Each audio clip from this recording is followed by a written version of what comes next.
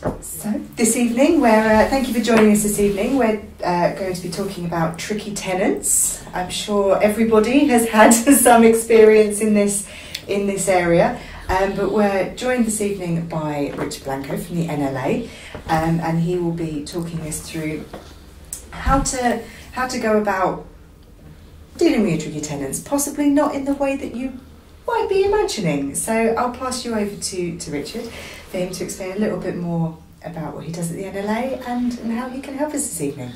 Hello, yes, lovely to be here. Thanks very much, Polly. I am one of the London representatives for the National Landlord Association, so my patch is East and Central London.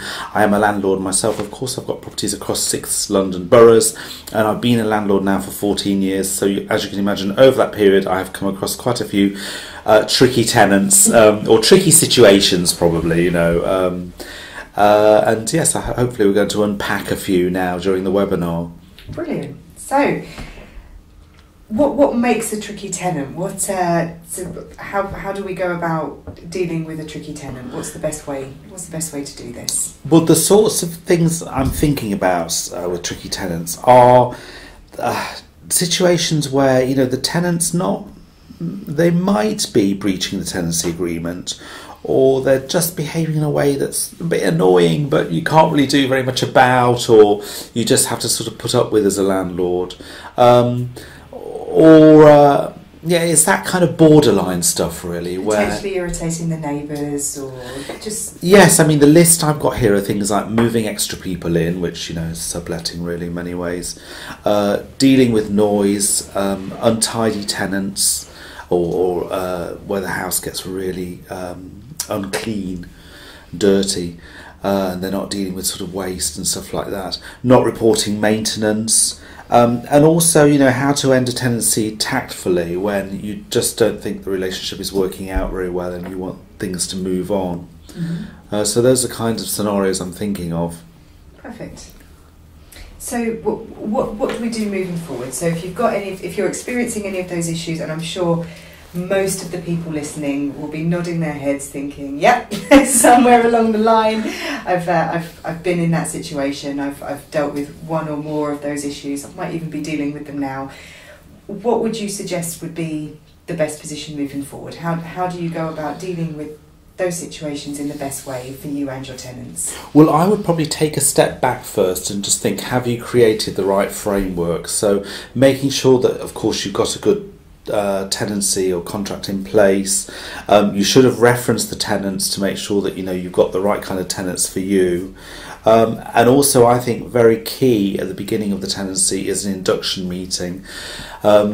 Now, I always meet the tenant when they're moving in. I hand the keys over to them, etc. But before I do, and before we go through the inventory, I take them around the property, talk about issues like security, explain minor repairs to them, explain the importance of reporting repairs to me, taking pictures, sending me pictures so that I can get a sense of what's going on, that sort of thing.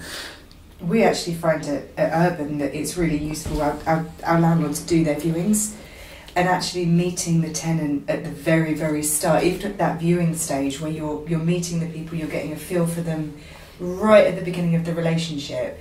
Not only does it give them a chance to meet you and ask you questions about the property that possibly an agent wouldn't know the answer to, but it also gives you a chance to sort of scope the person out and think, yeah, this is somebody that I can build a relationship with, and moving forward be able to talk to fairly easily and have that sort of easy chat with and be able to work with. Yes, absolutely. I mean, I understand why some landlords might not want to get involved in that initial sift, of course, of applicants, because there might be quite a lot of them, and it may be that the agent, if you're using an agent, can look at them or assess them more objectively. But certainly, once the agent's putting an applicant forward as a potential tenant, I would definitely want to meet them. And it's that thing about getting a balance between seeing if they fulfil your criteria, so knowing what your criteria is, but also just getting a feel for, is this working out, what's going on here, and trying to pick up inconsistencies between what they're telling you and what the agent has said about them. because sometimes tenants might not tell the truth, and when they're applying, or potential tenants might not tell the truth, and you certainly want to unpack that and find out what's going on, so that you can build up some sort of trust and get sure that they're right for you. And good referencing should help with that as well, shouldn't it? I mean, getting the previous landlord reference and all that, I think it's a step that a lot of people skip once you've got the credit reference and sort of the employment reference. But I think that the previous landlord reference is a very important one as well, because it's and I think some referencing companies go back a couple of years as well, so you get not only possibly the previous landlord but maybe the one before as well, so you have that sort of definite backup of what people have thought about the tenant previously, which is a nice thing to have. I agree, Polly. It helps build up a picture, doesn't it? It doesn't tell you everything, but if a tenant has a CCJ, County Court judgment, then what it tells you is at some point they've failed to pay something, and are they going to do that again in future? So it gives you a picture, and it gives you something to think about in terms of whether you want to have an ongoing relationship with them. Some of the concerns that you've come across, the tricky tenant behaviour that you've come across that you mentioned at the start. I know subletting was one of the points that you mentioned, sort of moving extra people in that might not have been on the initial tenancy agreement. And I know some people are happy for subletting to go on, and obviously there's a big subletting culture. But if you're not, that can be a tricky issue. So where do you, if you think that, if you've got any thought that there might be subletting going on in your property, where do you kind of go from there? What's the... Yes, I mean, I guess there's a spectrum, isn't there, of subletting, from someone just moving their mother in or moving their partner in, to the original tenants moving out and just letting the property to someone else, or even kind of unauthorised rent to rent, where a couple apparently takes a property from you and then lets all of the rooms to individuals. What I'm thinking about here is where maybe you've let the property to 3 people or something like that, and you discover that, or you sense that there might be a 4th person living there. And the thing to do, I guess, is to try and build a body of evidence. So this is where periodic inspections are important. And this happened to me once, actually, where I was doing a repair in the bathroom, and there's a little box room next to the bathroom in one of my houses, and I just peered in and saw there was a mattress on the floor and some belongings, so that caused alarm bells to ring. I think the thing to do is to raise it with the tenant and say, I noticed that there was a mattress in that room. I just happened to see because I was in the bathroom, and the door was slightly ajar. Has somebody moved in? And ask them a direct question like that and see what their response is. In that instance, they said that their sister had been coming down to London just for a couple of weeks, and she wasn't going to be coming permanently. It was just occasional visits, so I was okay with that. I have had situations where tenants have requested that a partner move in for a few months and so on, and where that happens, of course, that's brilliant, and I will often negotiate with them. If it's going to be for an extended period, then we may need to put the rent up a little bit just to take account of extra wear and tear, etc. There is obviously occasions possibly where it could push you into the HMO category as well. I mean, are you within your rights to obviously say no, and if so, if they ignore you and do it anyway, is it on your head if you then become an HMO and you're not licensed? Because obviously that can cause no end of trouble, can't it? Absolutely right. I have a property that is 3-storey, and I've let it to a couple, and then another couple, but the 2 couples are related because they're brothers, or the 2 guys are brothers. And I've said to them, if you move a 5th person into this property that is not related to you, then this will become a mandatory licensable HMO. Mm-hmm. So you cannot do that. So I've made that very clear to them at the start of the tenancy, and the repercussions that I can be fined, etc. I have had a situation as well where a tenant has moved more people in, mm-hmm. and what I said to him was that I would activate the break clause and issue a Section 21 notice and expect him to go after 6 months. It can be tricky though in these situations, because if you tell the tenant that you think they're subletting, they may well deny it. And of course, you can't conduct an unannounced inspection, you have to give 24 hours notice. So the likelihood of you being able to see evidence of people having moved in is quite difficult, so it is very tricky. I often think it's good to say how you feel, you know, because it is a breach of trust in a way. So to say that you're disappointed that they've done this without telling you, and that you're now anxious about how they're using the property, and you know, this seems unfair because you've been very fair with them, and to talk in those sorts of emotional terms sometimes can be helpful, because it can help them see that helps them see the human side of it really, and that they're causing you discomfort and anxiety and unhappiness. Yeah. And it's, I suppose, we always say the sort of the belt and braces approach of anything when you're dealing with anything like this.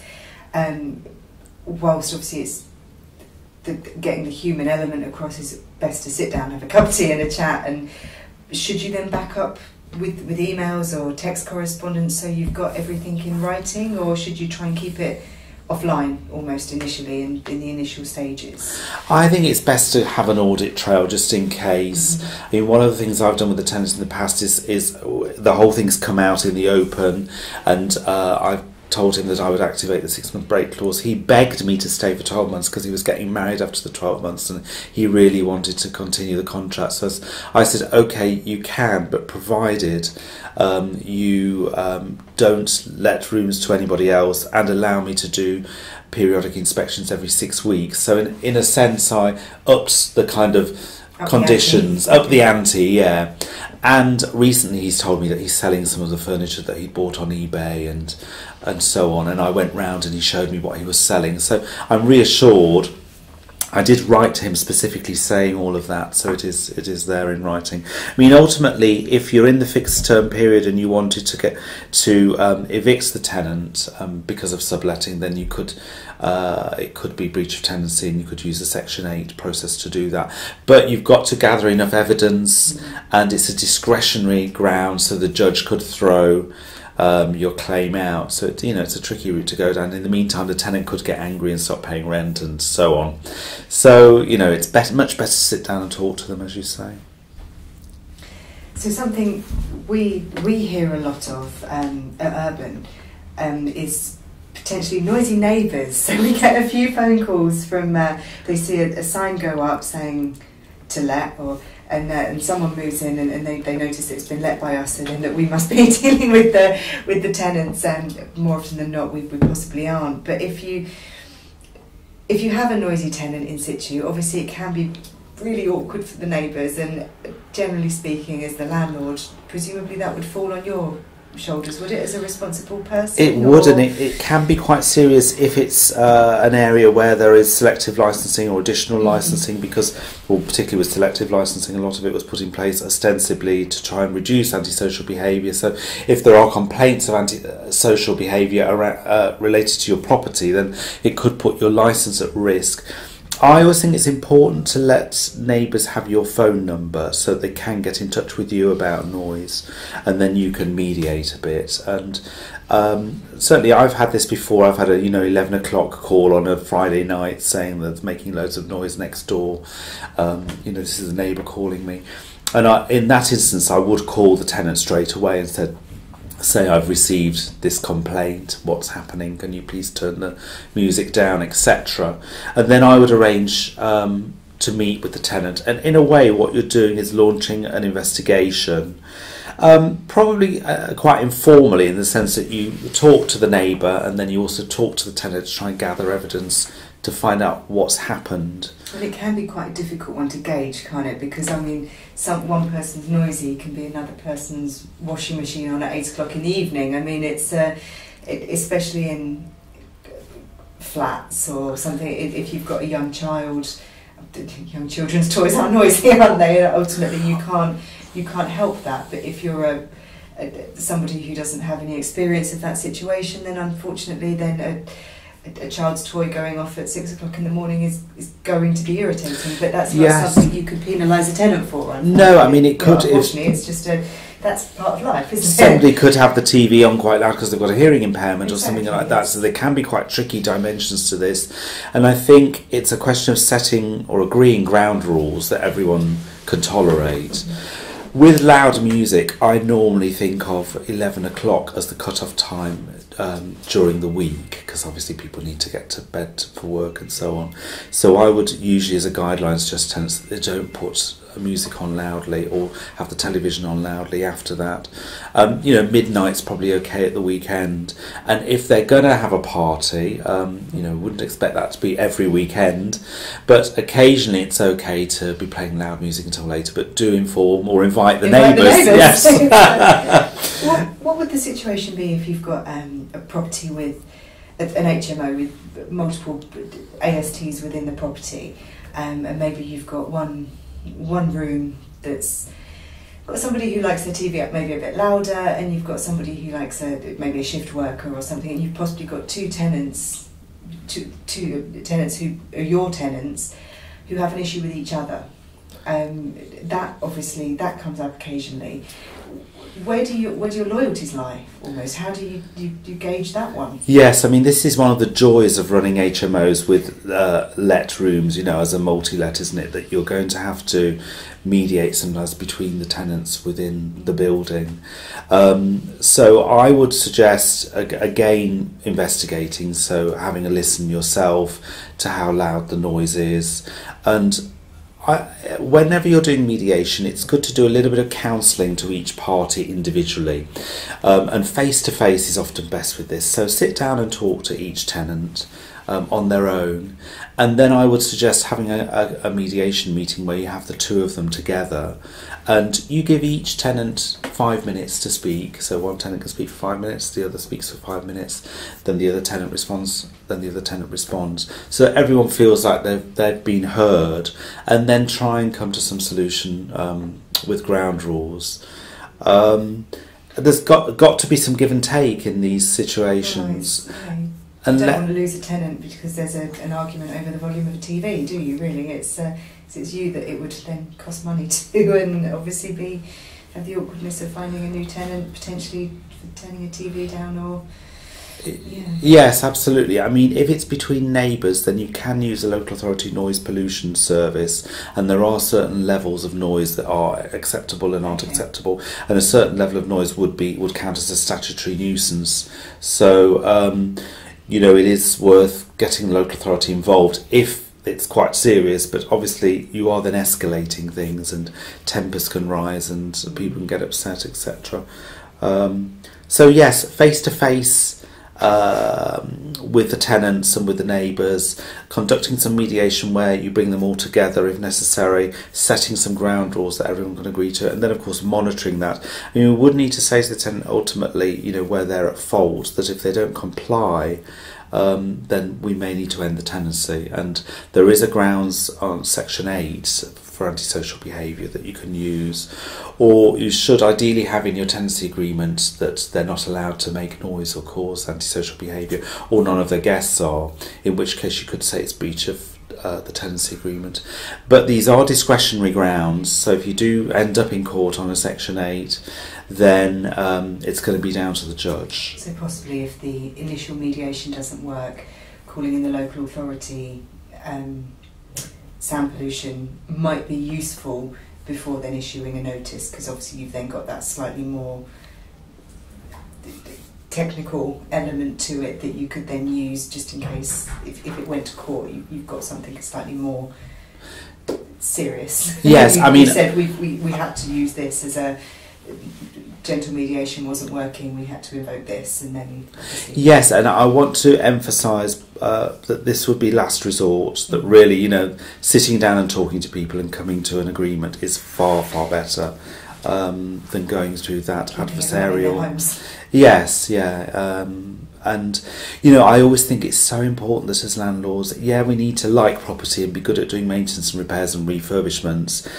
Yes, we need to be good with mortgages and spreadsheets, but also we need to be good at dealing with people. And you need an inner community worker really as a landlord, and the more alive they are, the better, I think, for running a successful property business. Brilliant. This is quite a difficult one to gauge, because obviously everyone's level of tidiness, untidiness and cleanliness is slightly different. But what do you do if you've got a tenant who's not keeping your property in the state of the tidiness, the cleanliness that you'd like? How do you deal with that? This is a complex one, isn't it? Because lots of us might have OCD tendencies ourselves, and it could really press buttons for us to see our beautiful property being kept in such an untidy state. So there's an element of managing your own feelings here as a landlord, I think. There's also the question that, are tenants entitled to live untidily if they want to? And, in many ways they are, unless it becomes extreme and they're a hoarder and, there's so much rubbish in there that there's a kind of rodent infestation and so on. One of my colleagues, Mary Latham, says she quite likes untidy tenants because whilst the floors are covered with all of their clothes, yes, so there is that side of it. I think the other reassuring thing I find is that I've never had untidy tenants where I haven't been able to bring the property back up to standard after they've gone again with a lick of paint, etc. Quite often, if I've got untidy tenants and I don't seem to be able to do anything about it, I'll hope that they stay for 3 or 4 years and then the property will be ready for a redecoration anyway. So the big question for me would be, is there untidiness or uncleanliness causing excess wear and tear? One of the ways I've dealt with this is to assess cleanliness as part of the routine inspection. Mm-hmm. So if you assess it in the inventory at the start, and there's an area where you comment on the cleanliness of the property, and you can include that on a property inspection report as well. You could even ask them to self-assess, so to say what they think the standard of cleanliness is. So, there could be you fill in your periodic inspection report, you ask them to fill in one, identifying any issues with the property and describing the cleanliness. And then that gives you a basis for discussion. And it might be that you can show evidence of deterioration. So classically, mould in the bathroom, that means that the tiles might have to be replaced, or the stair carpet's getting so dirty that it may not be cleanable. You can sometimes involve cleaners, I think. So I have offered a complimentary spring clean before, in the hope that the tenant then thinks, oh, actually I quite fancy living like that. And I've done that with windows as well, because I find that very few tenants get window cleaners in. I don't know if it's a London thing, but I will sometimes offer a complimentary window clean, and very often they'll say, gosh, it's so wonderful to have clean windows. So sometimes I'll ask tenants if they've thought of getting a cleaner, and I think often they don't know where they'd get one, how much it would cost and so on. And if it's professional type tenants, they may well afford it. And if there are 4 people living there and it's going to cost them £5 each or £7 each or something, then they may well go for it. I have, as a last resort, negotiated to have a cleaner in and asked for the tenants to pay for it as part of their rent. But that can sometimes result in a bit of resentment, and I also think that for a cleaner to work well, really you need to tidy up a bit before the cleaner gets there, and you need to sort of embrace the fact that the cleaner's coming, so the tenants... To access the floor. Yes, that kind of thing. Yes, so if the cleaner's not particularly wanted, it's apparent to the cleaner, and it's hard for them to do their work. And it's something I always find quite surprising, that you're not able to insist upon professional cleaning as part of the deposit to get a deposit back. You can't say at the end of the tenancy you have to have the property professionally cleaned. It just has to be cleaned to a professional standard, or the standard of which it was passed over. So it's not like you could say to your potentially untidy tenant, well, this must be professionally cleaned when you pass it back. It just has to be obviously cleaned to your the standard that it was passed over. It's true. It's often very surprising to people, I think. It's true, and one of the things I would say to them is, look, if you choose not to clean for the 3 years that you're in this property, it's going to need a lot of cleaning at the end, and if you need to get professional cleaners in to do that, that's on a 3-4 bed property that could cost you £300-400 potentially, if because they will come in and say this place has not been cleaned for 3 years, and so you can save money by just doing a bit of cleaning regularly.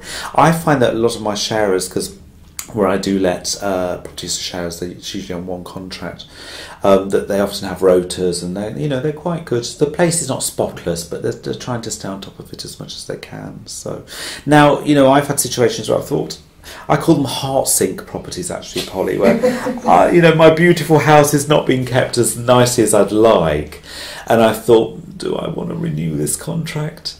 And that's when I have to think, well, it's better. They've been there 2 years. I can't really conduct viewings with the property in that state. It's better to keep them for a 3rd year and then, call it a day. So I have sometimes been a bit passive around it. If they're paying the rent and they're not damaging the property, and you can cost the wear and tear, it's obviously a... Yeah, but I mean, I could decide to end the contract. It's quite hard, because if you say I'm ending the contract because you're too mucky, they're likely to take offence. That you could say, I'm wanting to make some improvements to the property or something like that. I'm terribly sorry, but I'm not going to be able to renew for a 3rd year or whatever. I mean, if maintenance issues are becoming apparent, so like you were saying about the mould in the bathroom potentially, and they're not reporting them, it's another point that you mentioned. So mould in bathroom does happen. Everybody's bathroom, that is something that can happen. And if obviously you're not cleaning it, it's obviously that's going to get worse. So if your tenant is experiencing maintenance issues, and you're not being made aware of them, or that can be another issue that you have to address, really, isn't it? And how would you go about encouraging that reporting of maintenance issues? Because that can silence isn't always golden, is it? No, absolutely. And what I find is some tenants think they think I'm busy and they don't want to disturb me, and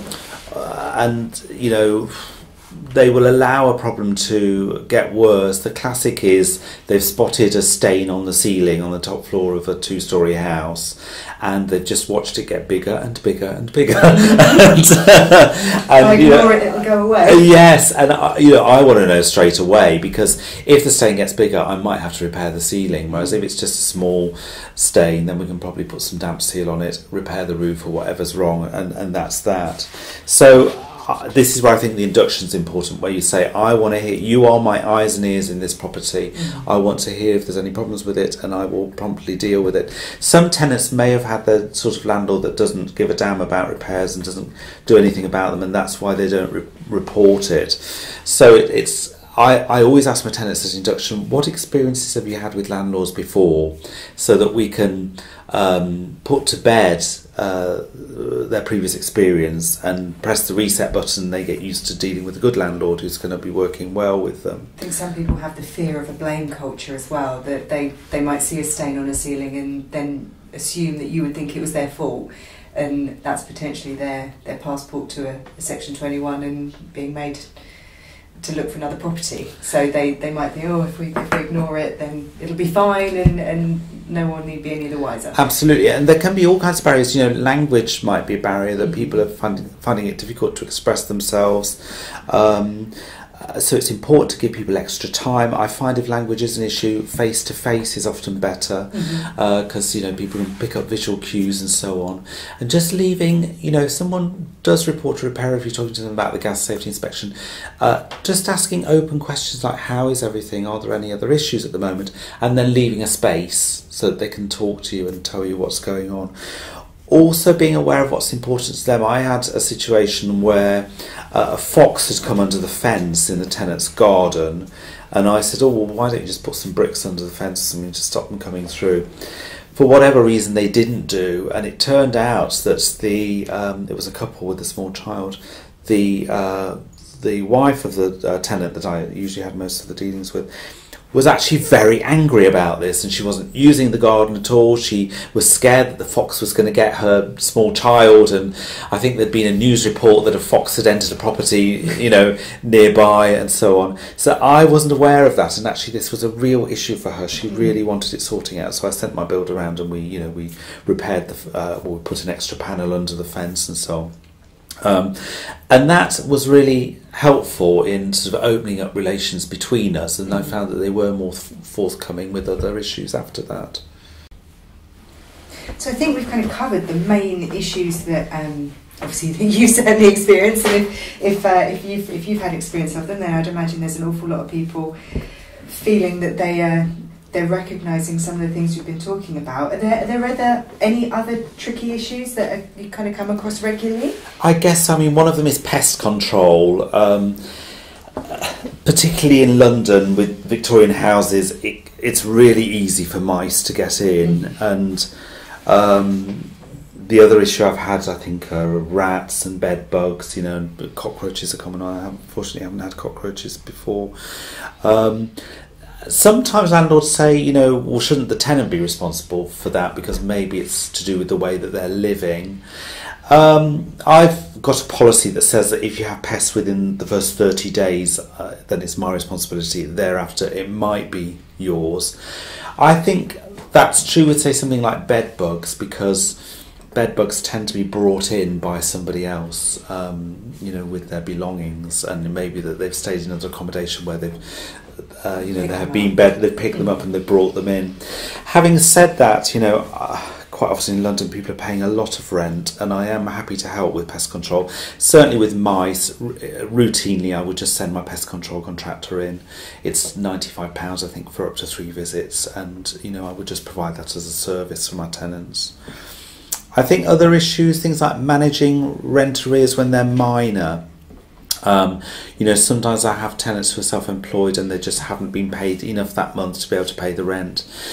I try to be really specific. I manage rent arrears very firmly, actually, and I have a policy on rent arrears which is in my tenant handbook that I give everybody at the start of the agreement or when they move in. So if a tenant's 10 days in arrears, that's formally rent arrears, and then my procedure will kick in. But quite often I'll have a tenant say, I haven't got enough rent to pay. I haven't got enough money to pay the rent this month. Can I pay half of it, and then I'll pay half as soon as I can? What I would always say then is, well, let's agree that you'll try and pay the other half by such and such a date. Obviously I'll ask with them when they think it's going to be possible. So there'll always be a date or a deadline when we're going to speak or review. So I never leave that sort of situation open. I think it's important to manage it firmly. Having a clear policy in place, they know where they stand from the word go, from the start of the tenancy. And also it's about being compassionate as well. So I will say, sorry to hear that, yes, that's fine. If you can try and pay it by the 10th of the month, and I'll be in touch with you again then just to see what's happening. And then thanking them when they've paid, and also, saying well done if, I had a tenant who was owed some money by a client for some work, and she managed to get the client to pay up. So, I said well done to her, and I think it's important to reward good behaviour rather than just go on at people about unwelcome behaviour. So I definitely try and do that around rent payment. The other tricky thing, can be very frustrating, is tenant swapping. So say you've let a property to 4 people and 1 AST, and one of them is moving out, and they want someone else to move in.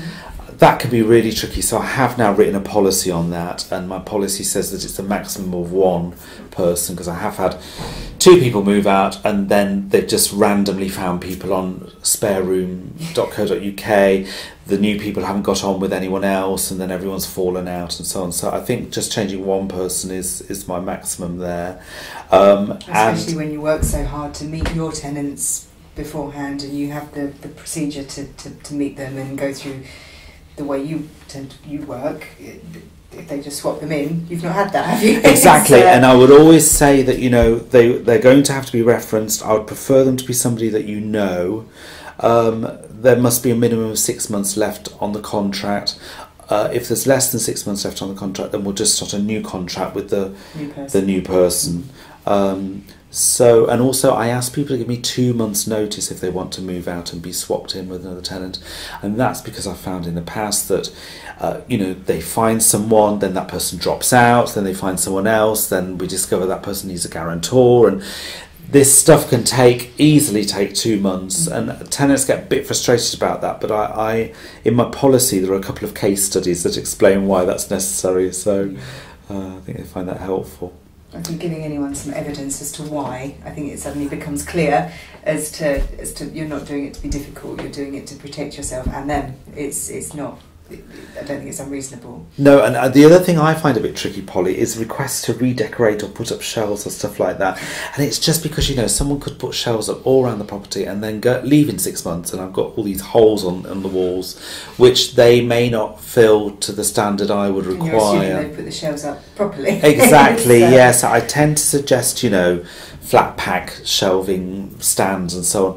Where I've got a family, and I've got an example, I've got a family at the moment, and they put quite a few shelves up, and the guy is a builder stroke project manager, and I know they're going to stay for several years, and I'm a bit more relaxed about that.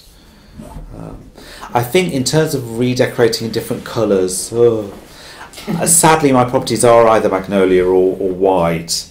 And I would always say to tenants, I only really want them to put neutral colours in there. And even if they say they would repaint it back to white, I'm not sure they'd do it to the standard that I want. So I've got friends who, will let tenants do properties with, stars all over the ceiling and, purple walls. And all that kind of stuff. And he says they then stay forever because they've created their own perfect home. And I would feel a bit more nervous about that, I must admit. I think there's only so much you can, with regards to putting property right, they only have to redecorate the one wall they've painted as well, don't they? So if there's any change in, even if it's white, there's so many different colours, there's so many different whites, so if they paint the one wall they've painted purple and they repaint that, it's not going to match the rest of the walls. It's going to need 3 coats if it was purple as well, exactly. It's, purple or blue, or it's a difficult one to, if you've got a property that was pristine to start with, it would be a very difficult call to make to allow it to be repainted purple. When I get a request like that, I'd say, are you going to be able to put the property back to how it was when you took it from me? On the other hand, if they're going to stay for 4 or 5 years, I'm probably going to be redecorating anyway. So it is a tricky one, it really is. So the worst case scenario, if you've had your tricky tenant and you're not able to move past any of the issues that we've mentioned today, and you need to end your tenancy, how do you go about that tactfully? Obviously, we've tried to be as sort of compassionate and pleasant as possible throughout dealing with the issues. How do you close off the tenancy in the same sort of way? Yes, I would say if there's a danger the tenant might be aggrieved and leave badly, then it may not be best. It may be better to try and negotiate some sort of arrangement. It's always helpful if the term is fixed. So I always have 12-month contracts with a 6-month break clause, and the reason is that we are essentially reviewing the situation every 12 months, and it's easier, I think, to say I'm afraid I'm not going to be able to renew this time than when you're on a periodic tenancy and suddenly out of the blue you say I'm now going to give you 2 months notice. So I think 12-month fixed term contracts are good for that reason. Now what I'd do is 3 to 6 months before the end of the contract, ask them about their plans, tell them a little bit about mine. So if I'm thinking of ending the tenancy, I might suggest to them that I'm not sure if I can renew this time. It's always better to try and give a non-confrontational reason. Something like, you need to do works on the property. It may be that you've got relatives coming over from abroad that need to live in the property, or something like that is going to work much better than saying I'm ending the tenancy because you keep the property in a terrible state. And this is why I think Section 21 is really useful. I know housing campaigners don't like it, but it can be an easier way to resolve difficult situations than a confrontational Section 8 process. I'd I'm not the sort of landlord that slaps the Section 21 on the table or sends some scary solicitor's letter with my Section 21. It would be a low-key thing, I think, where I'd just write to confirm that we've agreed that the tenancy is going to end, and to comply with the law, I'm just standing a Section 21 notice, which is attached. If you've got any questions, do let me know. So I tend to do it in that way. I'd probably write their name in my handwriting, sign it personally, and that sort of thing, just to make it less formal, I guess. And also be supportive around their moves. So I've helped tenants before with suggested websites. I've taken photos of adverts that I've seen in shops and emailed them to them and stuff like that, and stayed in contact and just asked them how their search for new property is going. You don't want to do that so much that it seems like harassment, so don't do it every day, but just a gentle, every couple of weeks kind of thing. How's it going? I've found in these situations sometimes as well that they don't leave on the date they're supposed to, but if you just give them a few more dates, they will manage to sort it out. So, for example, I bought a property at auction that had tenants already in it. It was 2 flats actually, and they weren't my kind of tenants, and the arrangement had been set up not in a very professional way. So I did say, I'm terribly sorry, but I'm going to want to do works, and I will need you to leave. And I got on all right with them and stuff, and we had a few chats, and they couldn't leave by when they were supposed to, but they left a bit later, so I was fine with that. So don't get too be a bit chilled about these things sometimes. Don't get too heavy with people. You have to respect the fact that it is a business, but at the same time it is a home as well. And people are messy sometimes, and things don't always align for them and go to plan, and and if it means you losing £100, but you're going to get them out without too much confrontation, then I think that's reasonable from my point of view. So, Rich, what would be your key takeaway for managing tricky tenants moving forwards? Well, I think our key messages to tenants, we want to model good behaviour to them and give them a clear sense of how we want them to behave, is that you want them to be happy, you need them to maintain the property for both of your sakes, and also that they're your eyes and ears in the property, so you want them to report repairs, etc. It's about styles of communication as well. So I think building a good rapport between you and the tenant and getting a feel for what's going on in their lives. Facilitating understanding by asking. So, you might want to say, I understand that you want to move out and you want to be replaced, but have you thought about some of the issues that might come up for some of the other people in the house? So in a way, there's a sort of coaching type questions, or trying to help them learn, really, I guess. Evidence gathering where there are problems like noise or potentially someone moving in. Sometimes it's important to give a clear instruction. I do not want you to move other people into this property without my permission. It's not acceptable, it's a breach of the tenancy agreement, and it contravenes the local authority selective licence. So, giving people a clear instruction like that with your best authoritative voice, not in an intimidating way, but, showing that you're being serious. I would say if you're going to serve a Section 21, then try and do it in a low-key way. It's just there in case you need it. And the legal approach and being confrontational is a last resort always, I think. The other thing about this is about managing your own feelings as well, because often it can make you really angry when people abuse trust. It's awful when maybe you've just spent 50,000 refurbishing this beautiful property and they're not cleaning it and they're not keeping it tidy. It can be really frustrating and you just want to scream and shout at them. That's not helpful. I tell myself, Marks and Spencer's customer service. What would Marks and Spencer's do in this situation? It's not just customer service, it's Marks and Spencer's customers. Yeah, so being professional, saying the appropriate thing, being helpful and supportive. Sometimes I talk about going onto customer service mode because that helps me put my feelings to one side and step away from it as your property and look at it as a business asset rather than something you have feelings for. Yes, absolutely. And that can be hard. It really can. I guess you need to be clear with yourself about the outcome that you want, that although you're angry and upset at the moment, hopefully all will be resolved in a couple of months, that kind of thing. So, some maxims, I guess, would be to listen and observe.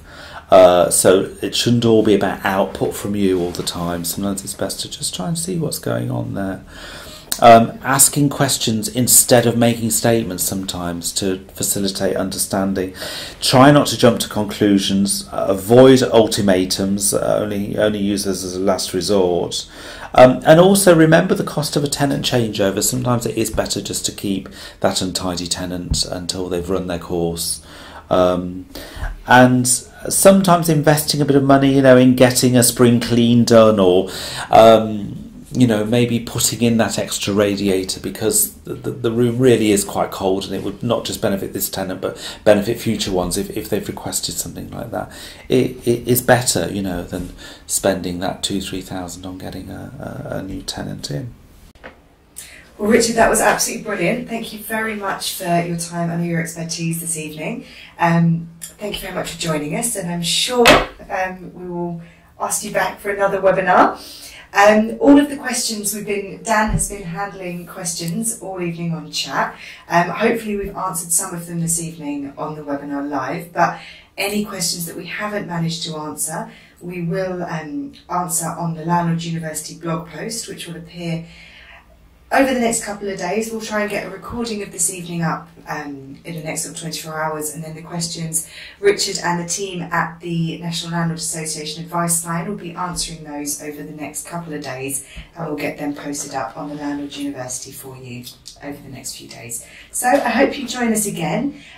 Keep an eye out for the next webinar, which will be over the next kind of few weeks, and we'll hope to see you again soon. Thanks.